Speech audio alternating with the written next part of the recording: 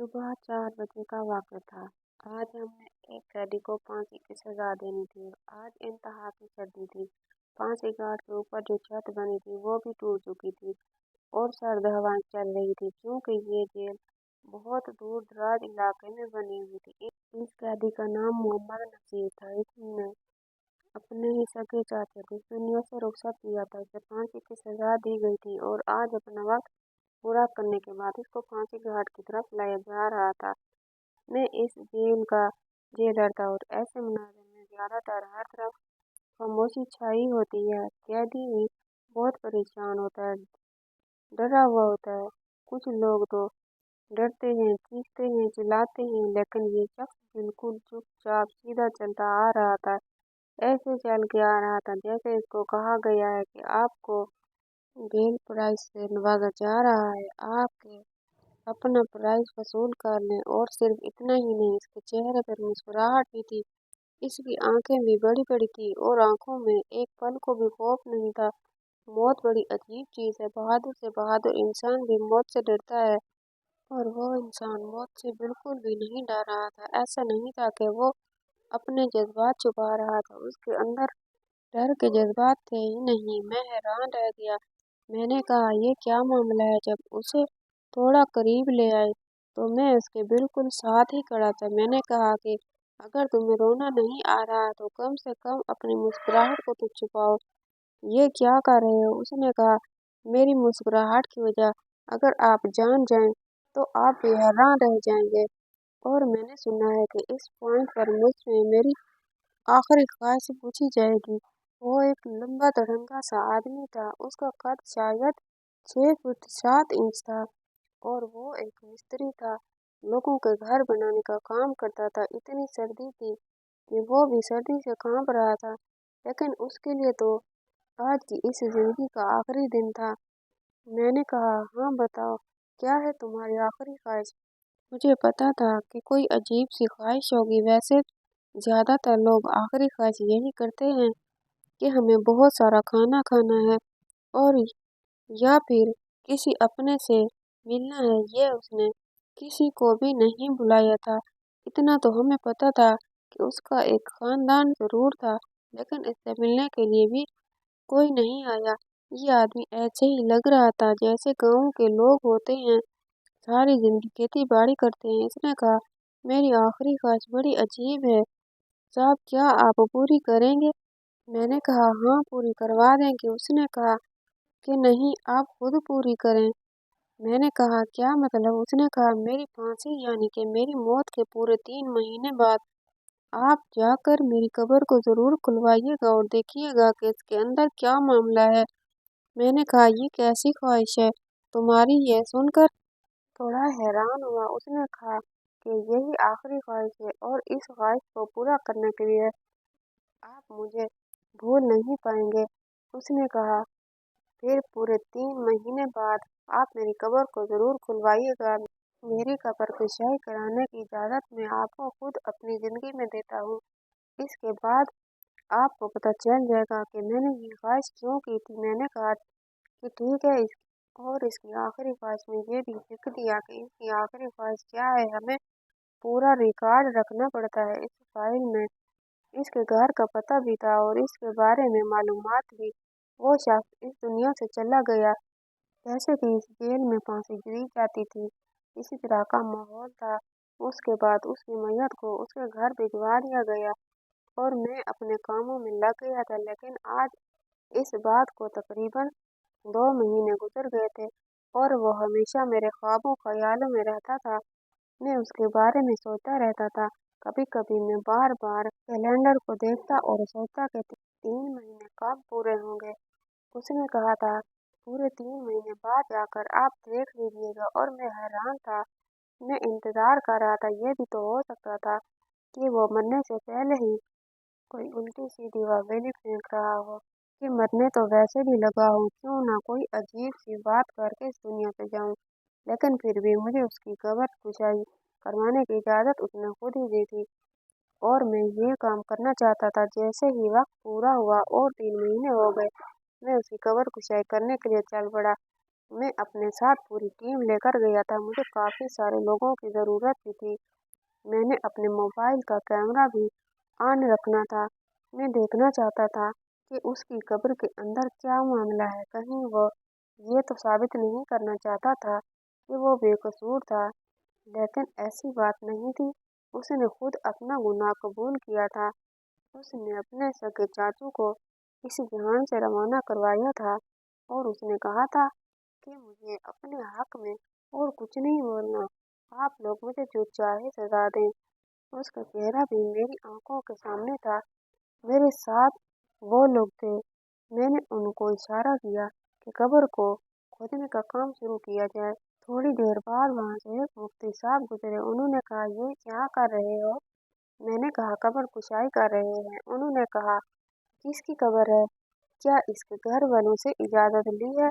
मैंने कहा कि उसने खुद इजाजत दी थी इस बात की। ये वो भी हैरान हुए। ये कैसा आदमी था जो मरने से पहले ये इजाजत दे के गया कि मेरी कब्र खोद के देख लेना। लेकिन हम पुलिस वाले थे, इसलिए मुफ्ती साहब ने ज्यादा सवाल जवाब नहीं किए और वो भी वहाँ पे खड़े हो गए। काम शुरू हो गया था। मैंने बेचैनी से देख रहा था क्या मामला होने वाला है। वैसे इस तरह की कब्रों को जब खोदा जाता है तो उनमें से बदबू जरूर उठती है, क्योंकि अभी सिर्फ 3 महीने हुए थे। लेकिन उसकी कब्र के साथ ऐसा कुछ नहीं हुआ था। मौलवी साहब कहने लगे कि लगता है कोई नेक बंदा था, अभी तक वो नहीं आई। मैंने कहा, मुझे नहीं लगता कि उसने सिर्फ ये साबित करने के लिए हमें कब्र खोदने की बात की थी कि वो एक नेक बंदा था। और उसके अंदर कौन सी नेकी थी? वो तो एक आम आदमी था। जब तक वो जेल में रहा, हमने उसे कभी नमाज पढ़ते हुए भी नहीं देखा, ना ही कभी कुरान पाक पढ़ते हुए देखा। जबकि कैदियों को सजाए मौत सुना दी जाती है तो वो नमाज और कुरान के पाबंद हो जाते थे कि अब खुदा के पास जाना है तो क्या मुंह लेकर जाएंगे। थोड़ी देर के बाद कब्र पूरी तरह खोल दी गई और अब सीमेंट की स्लेब्स हटाने का वक्त आ गया। जब सीमेंट की स्लेब्स हटाई गई तो सामने का मंजर देखकर मेरी आंखें फटी की फटी रह गई और मेरे कदमों तले से जमीन ही निकल गई। मैं फौरन वहां से भाग उठा था। सब लोग हैरान रह गए और मुफ्ती साहब ने अपने कानों को हाथ लगाया था। मुझे उसके घर जाना था। मुझे उसका घर ढूंढने में थोड़ी मुश्किल हुई। उसका घर बहुत छोटा सा था। मुझे एक मोहल्ले के बच्चे ने बताया कि ये है मिस्री नसीर का घर। जो मैंने दरवाजे की तरफ देखा तो मैं काफी हैरान हुआ। घर तो बहुत ही खस्ता हाल लग रहा था। दरवाजे के आगे एक फटा हुआ मैला कुचैला पर्दा लगा हुआ था। मैंने दरवाजे पर दस्तक दी तो अंदर से किसी बूढ़ी औरत की आवाज आई। उसने कहा, कौन है? मुझे समझ न आया कि मैं क्या बोलूं। मैंने कहा, माँ जी मैं हूँ। उसने कहा कि आ जाओ बेटा। जब मैं घर के अंदर दाखिल हुआ तो सामने का मंजर देखकर हैरान रह गया। उस घर में शायद 2 ही कमरे थे और एक छोटा सा किचन था। घर से अजीब किस्म की बदबू आ रही थी और बाहर छोटे से सहन में वो बूढ़ी औरत बैठी कपड़े सी रही थी। उसकी आंखों पर जो चश्मा लगा था, उससे अंदाजा होता था कि उसकी नज़र बहुत खराब थी और ये काम मुझसे करने का नहीं था। लेकिन वो फिर भी मसरूफ थी और मेरी तरफ मुतवज्जो हुई और कहने लगी, जी किससे मिलना है? मैंने कहा कि मेरा नाम हमाद खान है। मैं आपके बेटे के बारे में कुछ मालूमात जानने के लिए आया हूँ। अपने बेटे का जिक्र सुनकर बूढ़ी औरत, या अल्लाह, उसने अपने दिल पर हाथ रख लिया। उसने 3 महीने में पहली दफा कोई उसके बारे में बात करने आया है, वरना तो जो भी आया अफसोस करने ही आया था। मैंने कहा कि जी मुझे मालूम है वो अब इस दुनिया में नहीं है, लेकिन मुझे उसके बारे में कुछ जानना है। क्या आप मुझे बताएंगी?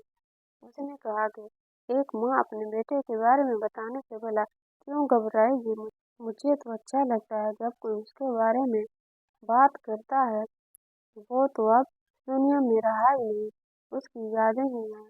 मैंने एक नज़र सामने देखा तो एक औरत दरवाजे से चुप कर मुझे देख रही थी। उस औरत की उम्र से ऐसा मालूम होता था कि वो शादीशुदा है। घर में एक छोटा सा खस्ता हाल वाकर भी पड़ा हुआ तो मुझे मालूम होता था कि शायद इस घर में कोई छोटा बच्चा भी था, पर वो छोटा बच्चा किसका था? कहीं वो बच्चा नसीर का तो नहीं था? अगर था तो वो बच्चा तो यतीम हो चुका था। उस औरत ने जब मुझे देखा, मैं उसे देख रहा हूँ, तो वह दरवाजे के पीछे छुप गई। बूढ़ी माँ ने ये मंजर देख लिया। उसने कहा, वो नसीर की बेवा है, किसी से ज्यादा बात तो नहीं करती है, बहुत बीमार और परेशान रहती है, इसके लिए मैं बड़ी परेशान हूँ बेटा। मुझे बूढ़ी औरत ने बैठने को कहा। मैंने कहा कि क्या मुझे बता सकती हैं कि उसने वो सब क्यों किया था और वो किस किस्म का आदमी था? उसने कहा, हाँ, ये सब उसने क्यों किया, इसके पीछे बहुत बड़ी कहानी है। मैंने कहा कि मैं यही कहानी सुनने के लिए आया हूँ। उसने लंबी आह भरी और मुझे अपने बेटे की कहानी सुनाने लगी। उसने कहा कि मेरा बेटा बहुत ही ज्यादा समझदार था, वो आम आदमी नहीं था। मैंने कहा कि क्या मतलब? उसने कहा, जैसे होते हैं आम लोग जिनको कच्ची पक्की में दाखिल कराते हैं, फिर वो थोड़ी बहुत पढ़ाई करते हैं, तब कहीं जाके उनको पढ़ना लिखना आता है। मेरा बेटा कच्ची क्लास में ही पढ़ना लिखना सीख गया था। मेरा बेटा बहुत समझदार था, एक दफा जो काम देख लेता उसे वो काम फौरन से करना आ जाता था। वो एक नहीं बहुत से कामों में माहिर था, ऐसा कोई नहीं था जो वो नहीं कर सकता था। तुम समझ रहे हो ना बेटा? वो कुछ लोग होते हैं जो ना तो आम लोगों से ज्यादा अक्लमंद होते हैं। ऐसा था, मेरा बेटा समझ गया बूढ़ी माँ क्या कहना चाह रही थी। उसका मतलब कि वो वाकई बहुत समझदार आदमी था, जिसकी अकल का कोई आय क्यों किसी आम मर्द से बहुत ऊपर का था। ये तो उसको देखकर भी अंदाजा होता था कि वो बातें ही ऐसी क्या करता था, और मैं जो यहाँ आया बैठा था उसके पीछे भी तो कोई छोटी बात नहीं थी। उसने कहा, वो बहुत कम उम्र में ही मेहनत मजदूरी करने लगा और हम सबका पेट पाला करता था। फिर मैंने उसकी शादी करवा दी और अल्लाह ने उसको जवानी में ही औलाद दिलवा दिया था। लेकिन हमेशा उसके पास कुछ कागजात होते थे जिनके ऊपर वो कोई नक्शे बनाता रहता था। जिस दिन ये नक्शे बिक गए उस दिन अमीर हो जाएंगे। मुझे तो बेटा समझ नहीं आती थी कि वो सब क्या था, लेकिन उन कागजात की वो अपनी जान से ज्यादा हिफाजत करता था और कहता था कि किसी बड़ी कंपनी के पास जाऊंगा और उनको ये सब दिखाऊंगा तो वो मुझसे लाखों रुपए में खरीद लेंगे। लेकिन अगर उस गांव में बैठा रहा तो फिर कोई भी मेरी मदद नहीं कर सकता। मैं तो यहाँ पर गाया हो रहा हूँ। मैं बूढ़ी औरत थी, सीधी सादी थी, बस वो पैसे लेकर आता, ये घर चल रहा था। मुझे इस बात पर तसल्ली हो जाती, घर का तो वो अच्छे तरीके से चला रहा था। लेकिन फिर हमारे इस घर को किसी की नजर लग गई। मेरे शोहर ने अपने छोटे भाई से कुछ कर्जा लिया था और ये घर बनाया था। जब मेरा शोहर इस दुनिया से चला गया तो मेरा देवर यहाँ पर आ गया और हमें धमकाने लगा। उसने कहा, या तो कर्जा वापस कर दो या फिर घर वापस करो, हम गरीब लोग हैं। बेटा, हमारे पास सिर्फ ये घर ही है और तुम देखो, ये घर क्या घर कहलाने के काबिल है, लेकिन फिर भी हमारी छत है, इसलिए हम इसे घर नहीं दे सकते। अब हमने जितने पैसे इससे लिए थे उससे ये घर कहीं ज्यादा महंगा था, लेकिन वो चालाकी दिखा रहा था और कह रहा था कि मुझे घर दे दो और कर्जा माफ हो जाएगा। कर्ज सिर्फ 6 लाख रुपए का था और ये घर आज की तारीख में 50 लाख रुपए का है। ये तो अच्छे वक्तों में मेरे शोहर ने बनाया था, बस उसी तरह लड़ाई झगड़े होने लगे। पहले वो हमारे घर खुद आता था, फिर उसने हमारे घर बंदे भेजने शुरू कर दिए और एक दिन तो बहुत बुरा हुआ। एक दिन वो खुद ही घर में दाखिल हुआ। नसीर की बीवी घर में अकेली थी, बार बार दरवाजा पीटने लगा। जब दरवाजा नहीं खोला तो वो दरवाजा तोड़ के अंदर दाखिल हो गई। ये बेचारी बहुत ज्यादा डर गई और इसने अपने आप को कमरे में बंद कर लिया। जब हम लोग वापस आए तो घर का दरवाजा टूटा हुआ था। फिर इसने हमें सारी बात बताई। मैंने उसे कहा कि अपने बंदे को रोक, मर्दों को ऐसी बातें नहीं बताते, वो गुस्से में आके कुछ भी कर बैठेगा। पर उसने ये भी बता दिया कि चाचा ने मुझ पर बुरी नजर डाली थी। बस नसीब उसी टाइम भागा और जाकर अपने चाचू को इस दुनिया से रवाना कर डाला। मैं ये नहीं कहती कि उसने बहुत अच्छा किया, चाचा तो बाप की जगह होता है, लेकिन जब चाचा ही आपके घर की औरत पर बुरी नजर रखे तो फिर आप क्या कर सकते हैं? जवान खून था इसलिए गुस्सा आ गया। वो भाग के वापस आया था और उसने कहा था कि सब कुछ ठीक हो जाएगा, लेकिन मुझे खुद को पुलिस के हवाले करना पड़ेगा। मैं आप लोगों से वादा करता हूँ कि सब कुछ ठीक हो जाएगा। मैं आज तक उसकी ये बात नहीं समझ पाई कि वो इस दुनिया से चला जाएगा तो कैसे सब कुछ ठीक होगा, क्योंकि उन्हें पता था कि अगर पुलिस वाले उसे पकड़ के ले गए तो फांसी की सजा देंगे। वो जाते जाते भी कह रहा था कि आप लोग हिम्मत नहीं हारें, आप लोगों ने डरना नहीं है, मैं सब ठीक कर दूंगा। वो तो चला गया। मनु मट्टी के नीचे कहाँ से आएगा अब मेरा बेटा। मैंने कहा मुझे जरूरी बात है, लेकिन मैंने नहीं बता सकता। आपका बेटा बहुत अक्लमंद आदमी था, वो जो भी कह रहा था वो झूठ नहीं था। उसने कहा जो कहा है उसका कोई न कोई मतलब जरूर निकलता है। उसको समझने के लिए ही मैं यहाँ आया हूँ। फिर मैंने उन लोगों को ये भी बताया कि आपके बेटे की आखिरी ख्वाहिश क्या थी। इस बात पर वो औरत भी हैरान हुई। उसने कहा कि फिर क्या तुमने कब्र खोदी, कब्र कुशाई कर दी, तुम उसकी कब्र खोल के आए हो। मैंने कहा जी माँ जी, लेकिन खुद इजाजत उसने दी थी। मैं आपको अभी नहीं बता सकता कि मामला क्या है, पर आपने कहा कि आपके बेटे के पास कुछ नक्शे थे जिनको वो हमेशा खुद से दूर नहीं करता था। क्या वो नक्शे मुझे मिल सकते हैं? अब उस औरत ने मुझे अजीब नजरों से देखा, क्योंकि उसके पास उस बेटे की यही आखिरी निशानी थी। मैंने कहा कि मैं ये एक दफा देखकर आप लोगों को वापस कर दूंगा। तो उसने अपनी बहू को इशारा किया और थोड़ी देर के बाद उसने वो नक्शे बाहर भेज दिए। मैंने देखा एक बड़ी सी मोटी सी किताब थी जिसके अंदर उसने बड़े बड़े कागज रखे हुए थे। उसका काफी वजन था। मैंने उसको कहा कि थोड़ी देर के बाद आपकी अमानत आपको वापस कर जाऊंगा, और जो आपके बेटे ने कहा था मैं भी आपको वही कहना चाहता हूँ। आप लोगों ने परेशान नहीं होना। अब मैं फिर से उस कब्र की तरफ चल पड़ा था, और वहाँ जो मजदूर खड़े थे उनसे मुझे फिर से काम था। मैंने उनको इशारा किया और कहा कि इस कब्र को आसपास से खोदना शुरू करो। वो लोग हैरान हुए। मैंने कहा इस कब्रिस्तान के गोरकन को भी बुला कर लाओ। जब गोरकन को बुला के लाए तो उसके चेहरे पे पहले ही लिखा था जैसे कि वो मुजरिम है। मैंने कहा ये क्या मामला है, नसीब को जानते हो तुम? पहले तो वो डर रहा था, फिर कहने लगा हाँ जानता हूँ, जिगरी दोस्त था, मेरा बचपन का यार था, एक दूसरे के दुख सुख के साथी थे। मैंने कहा तभी तुमने ये सब कुछ किया? उसने कहा कि मैंने कुछ नहीं किया, जो कुछ किया नसीब ने खुद किया, मैंने तो बस उसकी मदद की। मैंने कहा कि तुम्हें पता है कि ऐसे करने के जुर्म में तुम्हें भी पकड़ा जा सकता है। तो उसने कहा नहीं साहब जी, मुझे तो ये पता है कि आप मेरा कुछ नहीं बिगाड़ सके। खामोश हो गया, क्योंकि बात ही ऐसी थी।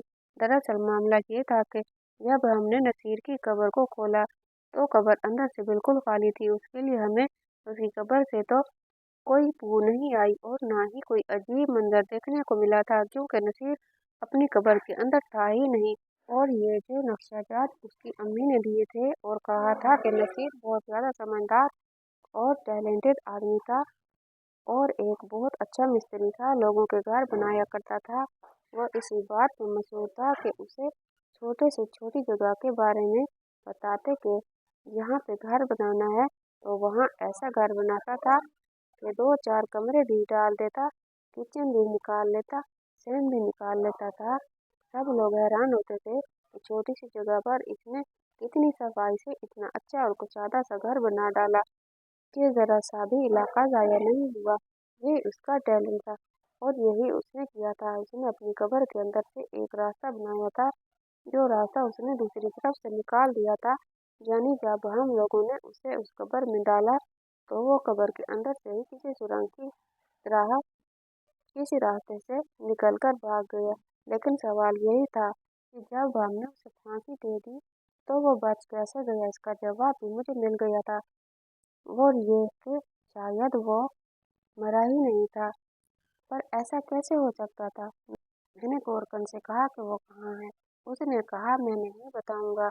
मैंने कहा कि मैं तुमसे वादा करता हूँ कि उसको कुछ नहीं होगा, हम उसे दोबारा फांसी नहीं देंगे, पर तुम मुझे बताओ तो सही कि वो कहाँ है। फिर उसने मुझे बता दिया। उसने कहा यहाँ से दूर एक गांव है, वहाँ पे है। मैं वहाँ पे सिर्फ अकेला ही उस गाँव की तरफ चल पड़ा। जो रास्ता और पता मुझे बताया गया था, मैं उस पे पहुँच गया तो सामने का मंदिर देखकर मैं हैरान रह गया, क्योंकि मेरे सामने नसीर खड़ा था। ये कैसे हो सकता था? हमने तो उसे फांसी दी थी। उसकी लाश को उठा के उसके घर वालों के पास ले गए थे, फिर वो कैसे बच गया? लेकिन उसके चेहरे पे आज भी वही मुस्कुराहट थी। उसने कहा कि जेलर साहब, आ जाइए, आपको अच्छी सी दूध पत्ती पिलाता हूँ। उसके कपड़ों और हालत से लग रहा था कि वो कोई मेहनत का काम कर रहा था। उन्होंने सामने देखा तो एक छोटा सा घर बना रहा था। उस घर के अंदर ही दाखिल हो गया, और जब मैं उस घर के अंदर दाखिल हुआ तो हैरान रह गया। ये घर नहीं, कोई गोरखधाम लगता था। छोटी सी जगह पर ऐसा घर बनाया हुआ था जैसे कोई महल होता है। उसने मेरे सामने दूध पत्ती का कप रखा और कहा, पी लें साहब, मैं आपको नहीं मारना चाहता। मैंने कहा, ये सब क्या है? उसने कहा, बड़ी सर्दी थी उस दिन, और आपको पता है, जब तक हड्डी नहीं टूटती इंसान दुनिया से नहीं जाता। और मैं लंबा तिरंगा इंसान, सर्दी में हड्डी टूटनी बड़ी मुश्किल हो जाती है। जनाब, मेरी किस्मत थी कि मैं बच गया। थोड़ी अदाकारी कर ली थी, और ये तो आपको पता है कि अब आप मुझे दोबारा कानून के नीचे नहीं ला सकते। मैं बुरी तरह से हैरान था, और अपनी मुट्ठियों को खींचकर मैंने उसकी तरफ देखा। मैंने कहा, तुम्हें ये भी पता है? उसने कहा, हाँ, क्योंकि कानून है पाकिस्तान के तहत और ब्रिटिश लॉ के मुताबिक, अगर आप किसी मुजरिम को फांसी की सजा सुनाते हैं, लेकिन फांसी के वक्त या तो उसकी रस्सी टूट जाती है, या फिर फांसी देने के बावजूद वो बच जाता है, तो आप उसे दोबारा कानून के नीचे नहीं ला सकते। आपको उसे बाइज्जत बरी करवाना पड़ता है। इसलिए अब नसीर को कोई भी कुछ भी नहीं कह सकता था। उसने कहा, मैं सारी दुनिया के लिए मर गया हूँ, लेकिन अभी जिंदा हूँ। ये घर बना रहा हूँ, यहाँ से जाऊँगा तो अपनी फैमिली, अपनी बीवी और अपनी माँ को इसमें वापस ले आऊँगा। इस घर को बनाने में मुझे 3 महीने लग गए हैं। अभी 10-15 दिन का काम बाकी है। इसके बाद हम लोग यहाँ पर आराम सुकून से रहेंगे। मैंने यहाँ पर अपना नाम किसी को नहीं बताया, और थोड़ा हुलिया भी बदल लिया है। उसने चेहरे पे दाढ़ी रखी हुई थी। मैंने कहा, लेकिन तुमने गुनाह तो किया था, फिर सजा से बचने के लिए ये सब कुछ क्यों किया? उसने कहा, हाँ, मैंने गुनाह किया था, लेकिन जिसको मारा था उसने भी तो गुनाह किया था। वो भी कोई अच्छा आदमी नहीं था, और फिर इंसान बचने के लिए ही सब कुछ करता है। साहब, आपका और कानून का अब मेरे साथ कोई भी रिश्ता नहीं निकलता, ना ही कोई वास्ता निकलता है। मैंने कहा, बात तो तुम्हारी ठीक है। हाँ, इस बात पर हैरान हूँ कि तुमने ये सब कुछ मुझे क्यों नहीं बताया। तुम चुपचाप निकल ही गए और यहाँ पर अपनी जिंदगी भी गुजार रहे हो। उसने कहा, अगर मैं आपको ये सब कुछ बताता तो फिर आपको कैसे पता चलता कि मैं क्या चीज़ हूँ? इस बात पर वो हंसने लगा, और मेरी भी मुस्कुराहट मेरे चेहरे पर सज गई। मैंने कहा, वाकई तुम चीज़ तो हो। तुम्हारे लिए मेरे पास एक काम है। मेरा साला बहुत बड़ी कंस्ट्रक्शन कंपनी में काम करता था। मैंने उससे बात की और कहा, एक आदमी है जो तुम्हारे काम में कमाल की महारत रखता है। वो भी हैरान हुआ, और उसने कहा, फिर उसे मेरे पास भेजो। मेरे पास उसके लिए काम है, और हम उसको बहुत अच्छी नौकरी पे रख लेंगे। आज उस बात को काफी साल हो गए। वहीं पे रहता है, अपनी बीवी बच्चों को भी लेकर गया है। इस बात के बारे में सोचकर बहुत हैरान होता हूँ कि जब उसकी माँ को पता चला होगा कि मेरा बेटा जिंदा है, तो उसे कितनी ज़्यादा खुशी हुई होगी।